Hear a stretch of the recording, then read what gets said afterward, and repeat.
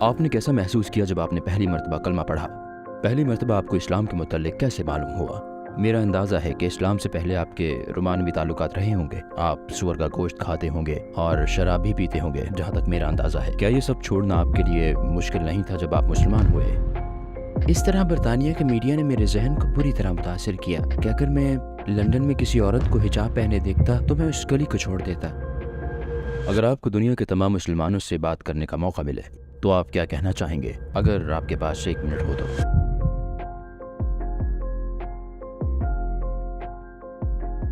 جے کون ہے؟ میں جے ہوں، میں لندن سے ہوں اور 25 سال کا ہوں۔ لندن کے جنوب مغرب میں ایک چھوٹے شہر سے تعلق رکھتا ہوں۔ میں ایک ٹریول بلاگر ہوں اور میں یوٹیوب چینل پر اپنے پوری دنیا کے سفر کو شیئر کرتا ہوں۔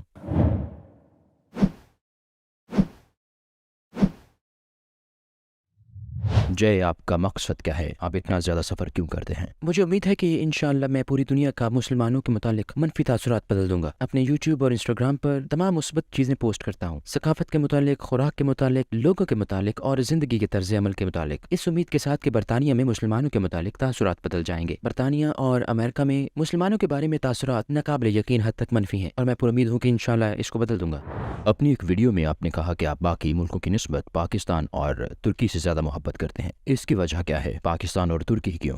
میرے خیال میں پاکستان سے بہت محبت کرتا ہوں کیونکہ میں نے اس ملک کے بارے میں کبھی کوئی مثبت بات نہیں سنی۔ میں نے جو باتیں سنی وہ دہشت گردی، جنگ اور تشدد کے بارے میں تھیں، اور میں وہاں گیا اور میری تمام توقعات کو شکست ہوئی۔ وہاں ہر کوئی بہت مہربان اور بہت اچھا تھا۔ وہاں کا کھانا ان چند بہترین کھانوں میں سے ایک تھا جو میں نے پوری دنیا میں کبھی کھائے تھے، اور میں نے ان لوگوں کی طرف سے سچی محبت کو محسوس کیا۔ اور ترکی کے ساتھ بھی ایسا ہی ہوا۔ ان دونوں ممالک کے لوگ، کھانے اور ثقافت وجہ ہیں کہ میں ان کو پسند کرتا ہوں۔ میں مساجد کے بارے میں بات کر سکتا ہوں، مجھے مساجد سے محبت ہے۔ میں یہاں ناقابل یقین محسوس کرتا ہوں، اور میں نے استنبول کی سلمانیہ مسجد میں اسلام قبول کیا۔ تو میں سمجھتا ہوں کہ اسی وجہ سے میرا ان دونوں ممالک سے ایسا تعلق ہے، خاص طور پہ ترکی سے، کیونکہ استنبول نے میری زندگی کو بدل دیا۔ یہ وہ جگہ ہے جہاں میں نے اسلام قبول کیا، اپنی زندگی کا بہترین فیصلہ کیا۔ آپ امریکہ یا برطانیہ میں کارن فلیکس کھانے کے بجائے ترکی میں کباب کھانا پسند کرتے ہیں؟ جی، صحیح کہا۔ سب سے دلچسپ بات کیا تھی جب آپ نے ان ممالک کا دورہ کیا اور آپ حیران رہ گئے؟ یعنی پاکستان، میکسیکو، ترکی، مصر میں۔